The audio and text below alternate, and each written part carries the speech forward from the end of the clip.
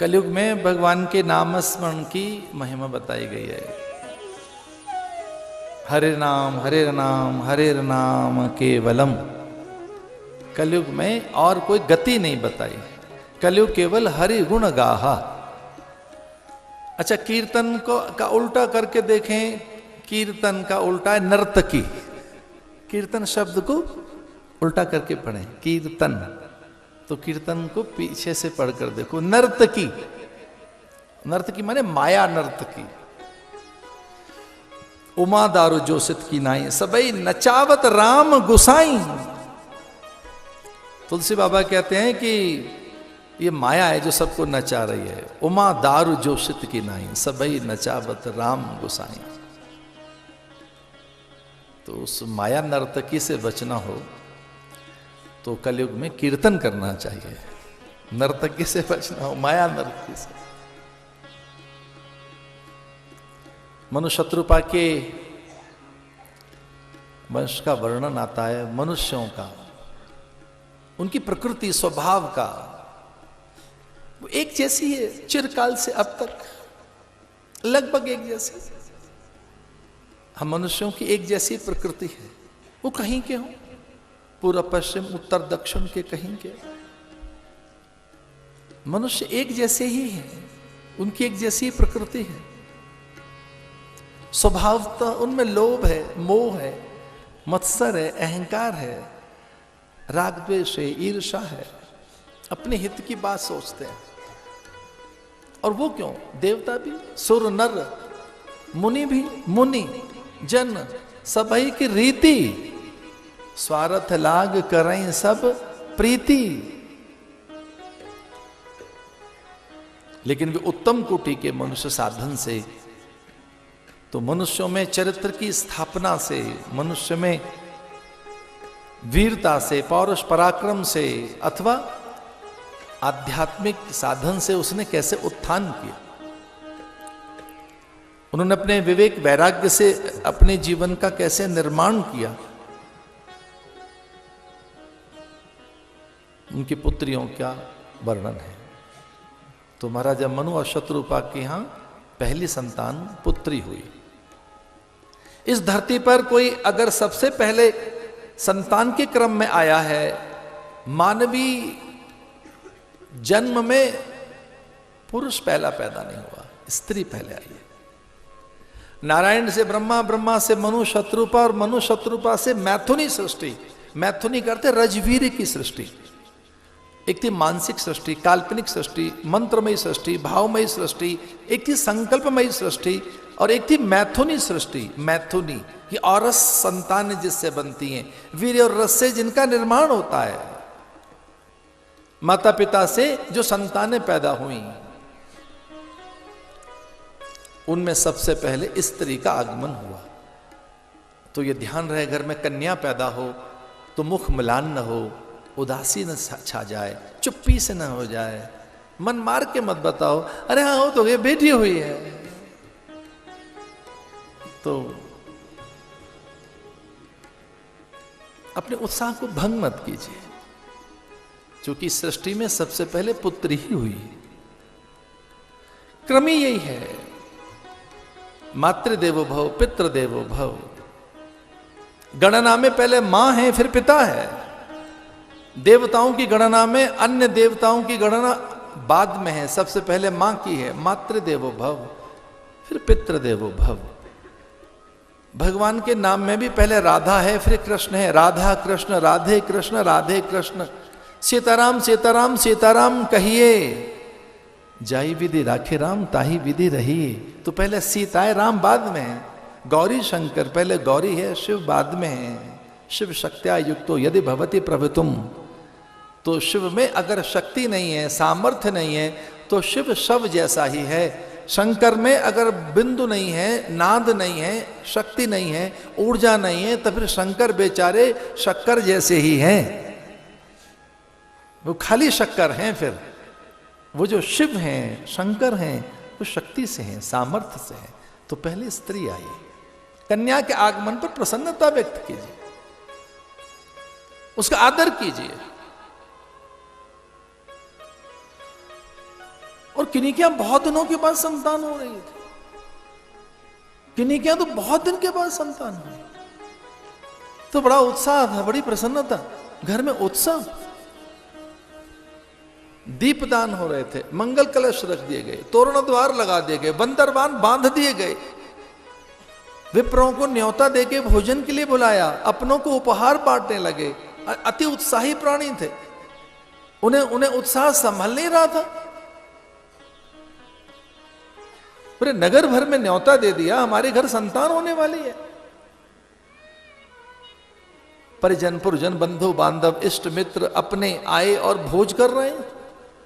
तो गर्भ में 2 भ्रूण थे, उन्हें बड़ा अच्छा लगा। किसी ने बहका दिया कि आपके तो 2 पुत्र आ रहे हैं। उस आस में हमारे घर 2 बेटे आ रहे हैं, वर्षों के बाद हमारे घर 2 बेटे आ रहे हैं, ऐसा जानकर अति उत्साह में उन्होंने नगर भोज कर डाला, परिजन पुरजनों को आमंत्रित कर लिया। उल्लास हम उनसे सहन नहीं हो, उल्लास संभाल नहीं पा रहे थे। तोरण द्वार लगाए, वंदनवार लगा दिए, मंगल कलश घर में रख दिया, पकवान व्यंजन मिष्ठान ढेर सारे उपहार ले आए अपनों को बांटने के लिए। रोक नहीं पाए, कुछ लोग अपने उत्साह को रोक नहीं पाते, उतावले होते हैं। अभी सुना कि घर में 2 पुत्र आ रहे हैं, इतना सुनकर चौका लेपन कर लिया, विप्रों को बुलाया, ब्राह्मण भोज करा रहे हैं, संभाल नहीं पा रहे उत्साह को। तो जो घर में जो गर्भवती स्त्री के अंदर जो 2 भ्रूण थे वो भी आनंदित हो गए, पर संयोग से वो कन्याएं थीं, वो पुत्र तो थे नहीं, 2 कन्याएं गर्भ में। अब उन्हें तो पता नहीं था कि ये बेटों के लिए सम्मान किया जा रहा है, लड़कों के लिए।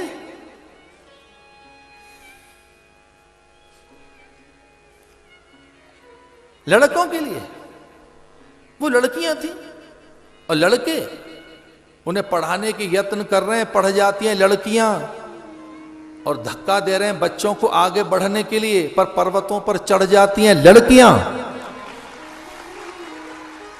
उन्हें जीवन भर एक ताना सुनने को मिलता है कि पराई हैं, पर जीवन भर जो साथ निभाती हैं वो है लड़कियां।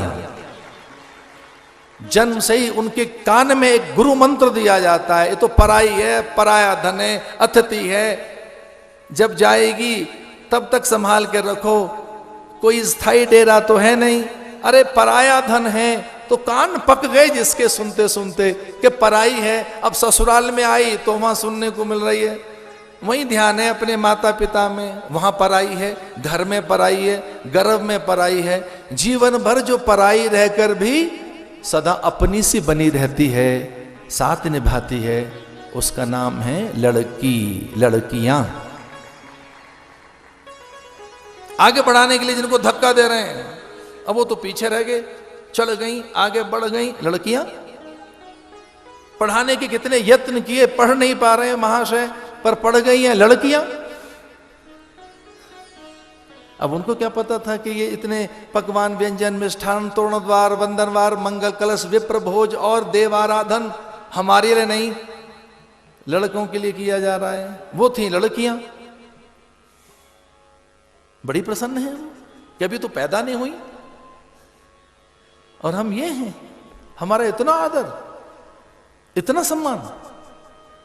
छोटी बड़ी 2 थी, कुछ देखो वहां भी छोटा बड़ा तो रहता ही है। गर्भ में जो पहले आया वो बड़ा, जो बाद में आया छोटा, और गर्भ में भी जो थोड़ा ताकतवर भ्रूण है वो बड़ा सा हो जाता है। और वो फिर उत्साह भंग हो गया। गर्भ की बच्चियों ने कहा कि 2-4 दिन के बाद घर में मायूसी क्यों है, चुप्पी क्यों है, मां मेरी रोती क्यों है, ये हुआ क्या कि हमारे पिता आते हैं और वो बार बार अपनी आंखों के आंसू पहुंच लेते हैं, सिसकियां क्यों हैं घर में, अब रोदन क्यों है, ये हुआ क्या। कुछ दिनों के बाद तो उन्हें सुनने को मिला कि कानों कान किसी को पता नहीं लगेगा, सब बातचीत हो गई है, किसी को भी तो नहीं पता लगेगा और फिर 3-4 दिन के बाद उन्हें सुनने को मिला कि बहुत मोटी रकम दे दी गई है। वो डॉक्टर किसी को नहीं बताएगा। लेकिन घबरा गई। वो कहती हमारे माता पिता कोई जाल बुन रहे हैं, छल कर रहे हैं, षड्यंत्र रच रहे हैं। ये क्या सुनने को आ रहा है कि वो कहते हैं कानों कान नहीं पता लगेगा, पर है तो हत्या। मां कहती है ये मां क्यों लड़ रही है हमारे पिता से? ये दादी के सामने मां रोती क्यों है? मां कहती है हत्या हो रही है, मैं नहीं होने दूंगी हत्या, मैं हिंसा नहीं होने दूंगी, ऐसा नहीं हो सकता। तो घर में झगड़ा क्यों हो गया? और अब क्या हुआ है कि सब के साथ हमारी मां भी हो गई है। तो किसे मारना चाहते हैं? तो छोटी ने कहा कि अरे हम कहां पैदा हो रहे हैं? उन हाथों में जो हत्यारे हाथ हैं, ये किसकी हत्या करना चाहते हैं? हम उनके यहां जा रहे हैं जो किसी का कत्ल करना चाहते हैं। अरे प्रार्थना करो, हम तो रहना ही नहीं चाहेंगे इस घर में। हम क्यों जाएं इन हत्यारों के बीच में? पता नहीं किनकी हत्या करेंगे। पूरा घर हत्या करना चाहता है, किसी के प्राण छीनना चाहता है, किसी के सपनों का गला दबाना चाहता है। ये कौन लोग हैं बड़े पाखंडी से जो पहले तो उत्सव कर रख रहे हैं, वंदनवार, मंगल कलश, तोरण द्वार, दीपदान, ब्राह्मणों को दक्षिणा, घर में आनंद उत्सव और गरबा रचा रहे हैं, और अब किसी के प्राण छीनना चाहते हैं। तो बड़ी ने कहा संयम रख, ऐसा नहीं है। पर छोटी तो बहुत उन्मत्त थी, बड़ी चंचल थी। उसने कहा नहीं नहीं, ये ठीक नहीं हो रहा है। अब हमें अच्छा नहीं लगता, हम जिस घर में जा रहे हैं वो अच्छे लोग नहीं हैं, वहां जाना भी ठीक नहीं है। तो क्या प्रार्थना हमारी नहीं स्वीकार करेगा परमात्मा कि हम गर्भ में ही अपने प्राण दे दें? और अभी वो ऐसा सोच ही रही थी कि अचानक एक अज्ञात अस्त्र मां के गर्भ में से उनके पास आता हुआ उन्हें दिखाई दिया। एबॉर्शन कैसे होता है जानते हैं आप? आप जानते हैं किस तरह से हत्या की जाती है? उस विधि से आप परिचित ही नहीं। तो किस तरह से हत्यारे हाथ अंदर घुसे और किस तरह से वो अस्त्र, वो एक भयानक अस्त्र उनकी ओर बढ़ रहा है। वो घबरा गई, चित्कार करने लगी कि कौन है जो हमारी हत्या करना चाहते हैं ये? पर इसमें तो मां की भी सम्मति है, पिता की भी, दादी की भी, दादा की भी, किसी की चल नहीं रही है। तो घर के गुरु कहां गए? पर उन्हें तो बताया ही नहीं गया है। तो देवता कर क्या रहे हैं? वो देख नहीं रहे। कहां है कुल देवता, ग्राम देवता, स्थान देवता? कहां गए इष्ट देवता? हमारी कोई रक्षा क्यों नहीं कर रहा है? और तब तक तो उन लड़कियों के टुकड़े टुकड़े कर दिए गए थे, मांस के लोथड़े, रक्त गर्भ से बाहर निकाल दिया गया था, क्योंकि उनको लड़के चाहिए, उन्हें पुत्र चाहिए। और पुत्र की चाह में वो इस हद तक बेटियों की हत्या कर सकते हैं, गर्भ में उनके प्राण छीन सकते हैं, बाद में बड़े सम्मानित हो सकते हैं, क्योंकि बेटा चाहिए तर्पण के लिए, तरने के लिए, मुक्ति के लिए, पितरों को प्रसन्न करने के लिए। और मेरे साथ मिलकर बोलो, ऐसे हत्यारे लोगों के साथ पितर और देवता कभी प्रसन्न नहीं हो सकते, कभी नहीं हो सकते। तो घर में अगर बेटी पहले आ रही हो तो सम्मान कीजिए। दूसरी कहानी, आइए हम संवाद की ओर चलते हैं। गुरु शिष्य के संवाद हो गए। सुखदेव मुनि प्रतिबद्ध हो गए, वचनबद्ध हो गए, संकल्पित हो गए कि जब तक तेरा कल्याण नहीं होगा, तेरा उद्धार नहीं हो जाएगा, ये कथा रुकेगी नहीं। कल्पांत में एक नारायण, यहां से कथा आरंभ की उन्होंने। कल्पांत में, कल्प के अंत में नारायण थे, पूर्व में नारायण, क्षीर सागर में, नीर में, जल में, तो नीर से ही नारायण का उद्भव माना गया है। और नीर में ढूंढ कर देखें क्या है, तो कुछ हाइड्रोजन और कुछ ऑक्सीजन मिलती है। भाई नीर में मिलता क्या है, ये जल में है क्या? तो जल में ऑक्सीजन मिलती है और हाइड्रोजन H2O, यही तो जल है। वैज्ञानिकों ने कहा कि कुछ हाइड्रोजन कुछ हिस्से में, कुछ हिस्से में ऑक्सीजन, इसका अर्थ है प्राण तत्व, जीवन तत्व। तो जो नीर में से नारायण की उत्पत्ति है, नीर माने प्राण तत्व में से, ऑक्सीजन में से, तो उसका भी तो कोई आधार होगा, नियामक होगा। वो स्वयं वही तत्व है, नारायण ही नीर तत्व है। उसमें से जो आदि तत्व है, प्राण तत्व, जिसमें जीवन है, जिसमें चेतना है, जिसमें सक्रियता है, जिसमें निरंतरता है। इलेक्ट्रॉन, प्रोटॉन, न्यूट्रॉन, एक धूल के नन्हे से कण में भी चलायमानता है। जो एक स्मॉल पार्टिकल डस्ट का, एक धूल का नन्हा सा कण, अणु में से भी एक छोटा अणु और उसका भी परमाणु, उसको श्रुतियों ने कहा वही तू है अडोरियान महतो महियान। एक अणु के करोड़ों हिस्से में एक परमाणु निकालें और उसके भी करोड़ों हिस्से में एक धूल का नन्हा सा कण। कभी शीतकाल में आपने कपाट की झिरी में से, झरोके में से कभी सूर्य की किरणों को झिलमिलाते हुए देखा हो, सूरज की किरणों को झिलमिलाते हुए देखा हो, उसमें नन्हे नन्हे नन्हे जो धूल कण दिखाई दिए हो कभी आपको, उसका 1 करोड़वां हिस्सा वो परमाणु, और उसका भी परमाणु का करोड़वां हिस्सा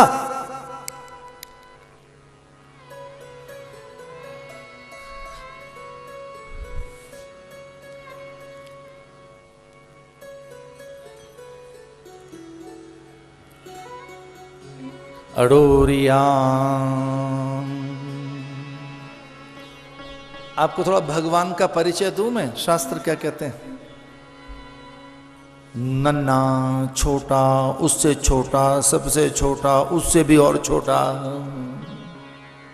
नगण्य, जो आंखों से न दिखे, जो आंखों से न दिखे, जो सुनाई न दे, दिखाई न दे। अच्छा, पश्चिम का विज्ञान कहां से आरंभ होता है? पश्चिम कहता है जो सुना जा सकता है, देखा जा सकता है, चखा जा सकता है, छुआ जा सकता है, वही सच है। अरे बाबरे, हर चीज कैसे छुई जा सकती है? जो कहते हैं प्रयोगशाला में सिद्ध नहीं होता, संवेदनाओं के द्वारा अनुभूत नहीं होता, वो सच नहीं हो सकता। पाश्चात्य विज्ञान ये कहता है, पश्चिम का विज्ञान ये कहता है, वहां का दर्शन ये कहता है कि जो कानों से नहीं सुनाई दे रहा है, जो आंखों से नहीं दिख रहा है, जो जिह्वा से चखा नहीं जा सकता, वो सत्य कैसा हो सकता है?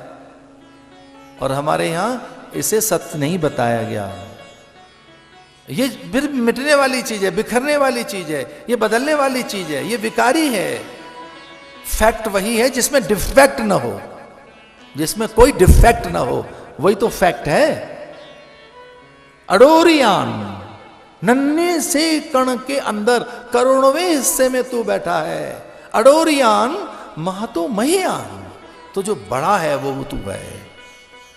उसके वाष्प कण के नन्हे से कण में से नीर से नारायण की उत्पत्ति, और नारायण के नाभि कमल से ब्रह्मा।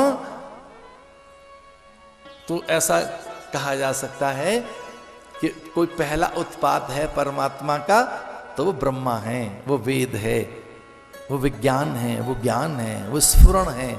जो मैनिफेस्ट हुआ परमात्मा, जो उसकी मैनिफेस्टेशन है, जो उसका उद्भव है, उत्पत्ति है, जो उसका प्रकट होना है, जो उसका इस तरह से साकार होना है, वो क्या है? अनेक होना। तो शास्त्र ने कहा एको हम बहुश्याम, मैं एक से अनेक हो जाऊं। तो परमात्मा की प्रकृति, उसका स्वभाव जानते हो क्या है? एक से अनेक होना। जैसे एक बीज से अनेक हो जाना, एक बीज से अनेक फल फूल तने टहनियां शाखाएं। अरे एक गुठली धरती में डालकर तो देखो आम की, एक पेड़ बन जाएगा। उस पेड़ पे फिर कितने आम, फिर सारी गुठलियां धरती पे डालो तो महाकानन पैदा हो जाएगा। एक से अनेक। तो नारायण, नारायण की नाभि से ब्रह्मा, उन्हीं की नाभि से ब्रह्मा, उनमें से ही कोई एक मैं पैदा होना चाहता हूं, मैं होना चाहता हूं, होना चाहता हूं। ध्यान रखिए, इस शब्द को ध्यान से पकड़ो, जरा पकड़िए इसे। हमारी कठिनाई ये कि हम अपने होने के अर्थों से अभी परिचित नहीं है। हमारी कठिनाई ये है, हमारी दुविधा ये है कि हम होने के अर्थ से अभी अपरिचित हैं। मैं क्या होना चाहता हूं? तो एक बहुत बारीक वाक्य है, इसे बहुत ध्यान से सुनना। हम अपने होने के अर्थ को उजागर करें, हम अपने होने के अर्थ को प्रकट करें, हम अपने होने के अर्थों को उद्घाटित करें, हम जो हैं उसे जगाएं। तो एक से अनेक होने के लिए, और जब निकले भगवान ही स्वयं नाभि कमल से ब्रह्मा, और ब्रह्मा को फिर वो आदेश हुआ अनेक होने का, तो उनके मन से मनु शतरूपा, मन से मनु शतरूपा, फिर उनसे मानवी संतान है, फिर शुक्राणु से। एक वीर्य में कितने ही शुक्राणु और वो उसमें सीमेन में स्पर्म कितने ही दौड़ रहे होते हैं। एक दिन मैं विचार कर रहा था कि उस समय मैं अकेला नहीं था, पिता की वीर्य में करोड़ों करोड़ों और भी मेरे साथ दौड़ रहे थे माता के गर्भ की ओर। उस रज से एकीकृत होने के लिए पिता का वीर्य और रज जब एकीकृत होती है तभी तो जीवन बनता है। तो मेरे साथ करोड़ों और भी दौड़ रहे थे। तो मैं अपने ही जीवन की कहानी आपको सुनाऊं और आप भी अपने साथ उस कहानी को जोड़ें, तो कल्पना करके देखो कि उन और शुक्राणुओं में अकेले हम नहीं थे, करोड़ों साथ थे हमारे, और दौड़ते हुए वो तो पिछड़ गए, अथवा मैंने ही अपने पुरुषार्थ से उनको पछाड़ दिया और लो शरीर मैं बन गया, या अथवा शरीर आप बन गए। और भी तो करोड़ों थे ना, उनमें इतनी हिम्मत नहीं थी दौड़ने की, वो उस तरह से शरीर नहीं धारण कर सकते थे। तो मेरे साथ मेरा भोग भाग्य प्रारब्ध, मेरा जो होना है, ये देह आकृति, चुभ खनु कपोल भाल नासिका नेत्र भुजाएं वक्षस्थल, ऐसा वर्ण ऐसी जाति ऐसा रूप आकृति, इस तरह की चितवन छवि मुद्राएं, ये जो मैंने धारण कर ली है अपनी, ये मेरे प्रारब्ध और कर्म और मेरी गति के अनुसार।